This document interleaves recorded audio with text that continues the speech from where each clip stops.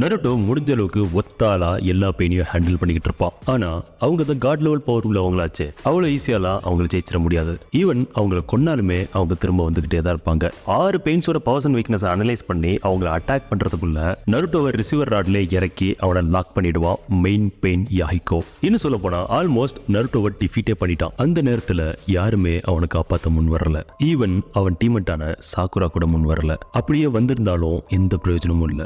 அந்த இடத்துல யார் வந்திருந்தாலும் மர்கையாதான், அது எல்லாருக்குமே தெரியும். ஆனா அத பத்திலாம் எதுவுமே கவலைப்படாம என் உயிரே போனாலும் சரி, நீ எவ்வளவு பெரிய ஆளா வேணா இரு, நான் என் நருட்டோக்காக என் உயிரையே கொடுப்பேன்னு சொல்லி பெயினை எதிர்த்து ஹினாட்டா களத்துல இறங்கியிருப்பா. இதை பாக்குற நம்மளுக்கு முட்டாள்தனமா தோணலாம், இவ பெயினை எதிர்த்து நிக்கிறாளா, ஒரே தமாசை போ அப்படின்னு. ஆனா லவ்னு வந்துட்டா அதை காப்பாத்திக்க எந்த எக்ஸ்ட்ரீம் வர வேணா போக சொல்லும் அந்த லவ்.